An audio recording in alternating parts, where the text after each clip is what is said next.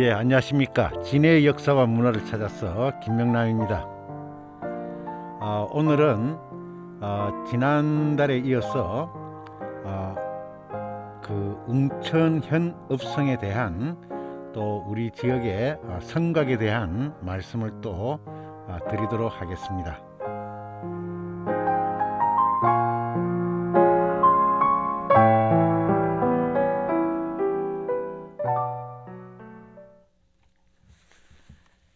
예, 진해시 웅천 지역으로 들어가다 보면은 들머리에 그 초등학교 건물과 돌담이 나타나는 그곳이 바로 우리 웅천에서 사람들이 말하는 한내들이라는 곳입니다. 거기에 쌓은 성으로 성의 기능을 다하고 안팎으로 칠학이 이루어지면서 성안은 그야말로 성안의 뜻에서 성내동, 또 남문에 있었던 쪽은 남문동, 북문에 있었던 쪽은 북부동, 서문에 있었던 쪽은 서중동이라는 동명이 생겼습니다. 한내는 곰매에서 물이 발운을 해서 흘러내려오면서 곰내 또는 동쪽으로 흘러서 동천으로 불렸으나 아주 내가 크고 물이 늘 많이 흘러 넘치기 때문에 물이 늘 흐르는 큰 내라는 뜻으로 한내라고도 불러 들 이름도 한내들이 되었습니다. 웅천읍 읍성은 줄여서 웅천읍성으로 통칭을 하고 있습니다. 어쨌든 이러한 웅천읍성을 쌓게 된 경위는 세종실록 세종 16년 갑인 8월에 기유조의 다음과 같은 요지로 적고 있습니다. 우의정 허조가 임금님께 네이포만으로, 네이포는 지금의 이렇게 웅천이라 할 수 있죠.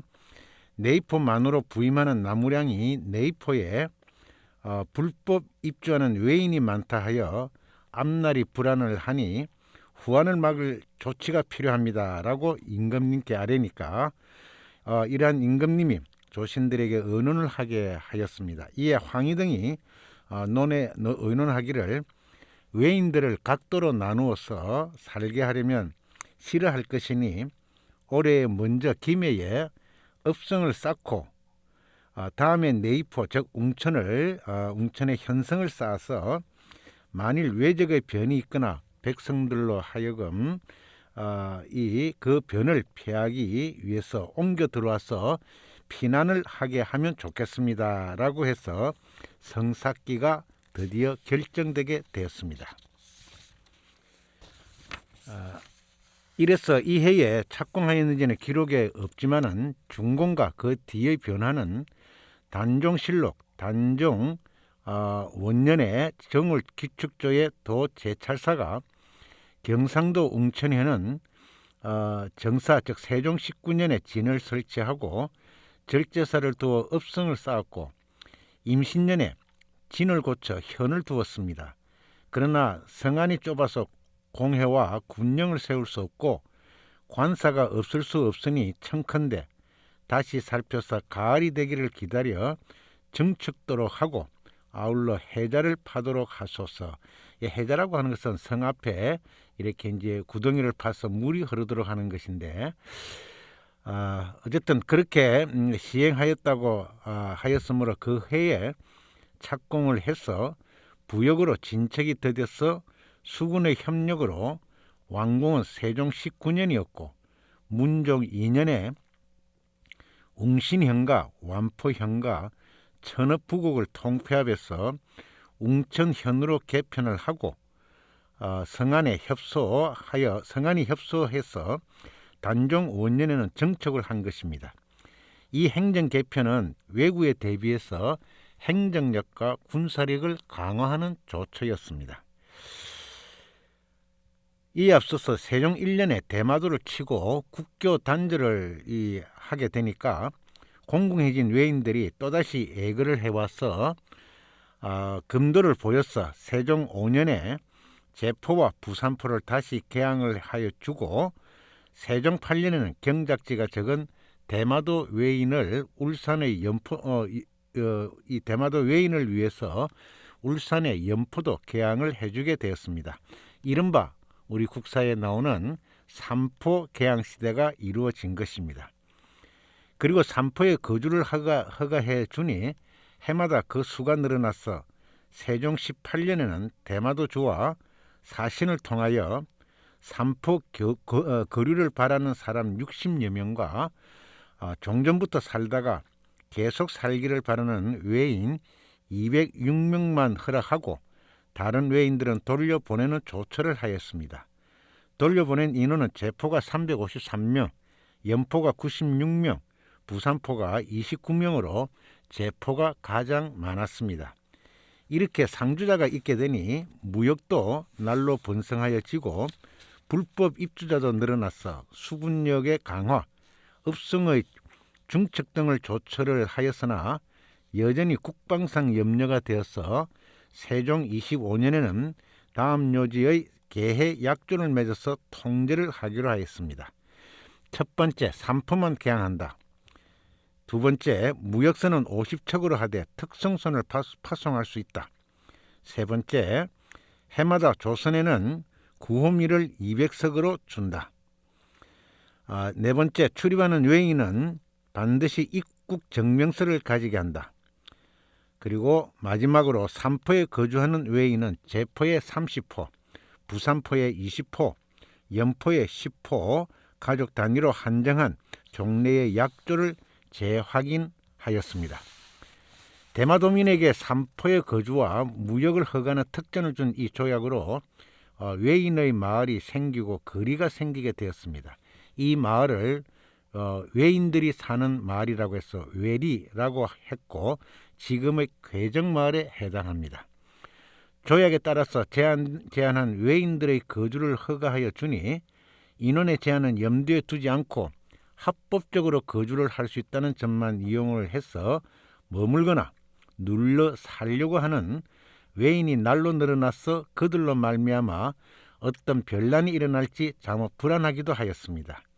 거기에 행정적으로 완포현, 지금의 행암동에서 서쪽에 있는 것인데, 그리고 웅천현, 천읍부곡 등 세 고을이 김해 도호부에 속해 있어서 만일의 사태에 대처하는 신속성이 부족하고 행동 통일도 어려운 면이 있어서 1452년 즉 문종 2년에 이 세 고을을 합해서 웅천현으로 개편을 하고 김해 도호부에서 떼어내어서 독립현으로 성격시켰습니다. 그리고 다음 해에 웅천읍성을 정축해서 관청 건물은 모두 성안에 짓고 유사시에 주민이 모두 피난을 할 수 있게 하였습니다.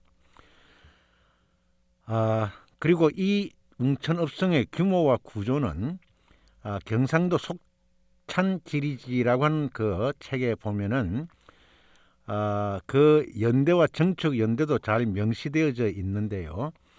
쌓은 연대가 세종 16년이라 하였지만은 그 해에 착공을 뜻한다고 봅니다. 그 해에 착공을 해서 그 해에 완성을 할 수 없기 때문입니다. 시공 과정은 처음에 최윤덕 장군이 수군으로 충당하도록 제의하였으나 유사시에 수군의 동원이 염려되어서 부역으로 시작을 하였습니다. 그러나 능률이 오르지 않아서 뒤에 수군과 협력을 해서 완공하였으므로 완공은 세종 16년이 타당한 것으로 보입니다. 그리고 부역으로 하였다면 지역별 분담을 한 표시를 남쪽 성체와 동쪽 성체에서 볼 수 있기 때문입니다. 이러한 것이 고종 3년의 읍지에는 속천지리지에 없는 내용이 적혀 있어서 다른 시설을 한 것을 알 수 있는데요. 옮겨 보면은 사방에 문이 있고 북동서 3면에 모두 해자가 있으나 냇물이 흘러 들어오는 데가 없어서 비가 내려도 물이 차지 아니한다라고 적고 있습니다.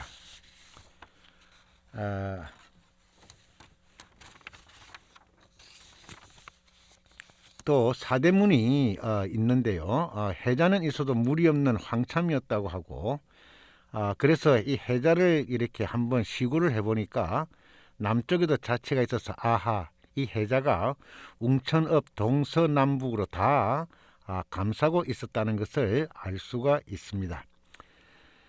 그리고 이곳에서 발견되어진 유적들은요, 긴 네모꼴의 웅천읍성은 전체 둘레는 946m이고 현재는 500m 정도가 남아있는 평지성으로 되어져 있습니다. 동쪽 문은 견룡루, 서쪽 문을 수호루, 남쪽 문을 진남루, 북쪽 문을 공신문이라 해서 4대 문이 있었지만은 일제강점기 이후 헐리고 옹성도 동문 자리에만 자치가 남아 있습니다. 그리고 성벽은 동쪽 벽의 대부분과 남쪽 벽과 서쪽 벽의 일부가 비교적 잘 남아 있습니다. 남은 높이는 4.5m로 내탁부는 민가의 담장과 학교 담장으로 쓰이고 다른 벽들에 비해서 그 훼손의 정도가 비교적 덜합니다.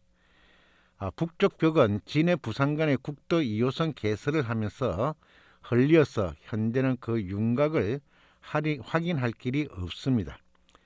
남아있는 서쪽 벽과 남쪽 벽의 일부도 건물들이 들어서서 보존 상태가 좋지 못합니다.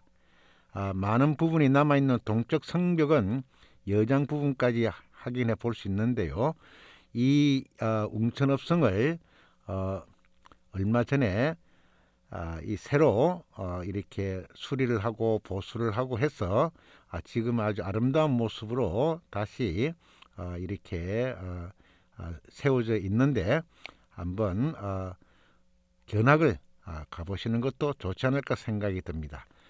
예, 이상으로 오늘의 이 웅천읍성에 대한 내용을 끝내고 다음에는 웅천읍성의 성벽의 구조가 어떻게 되어져 있는지에 대해서 말씀을 드리도록 하겠습니다.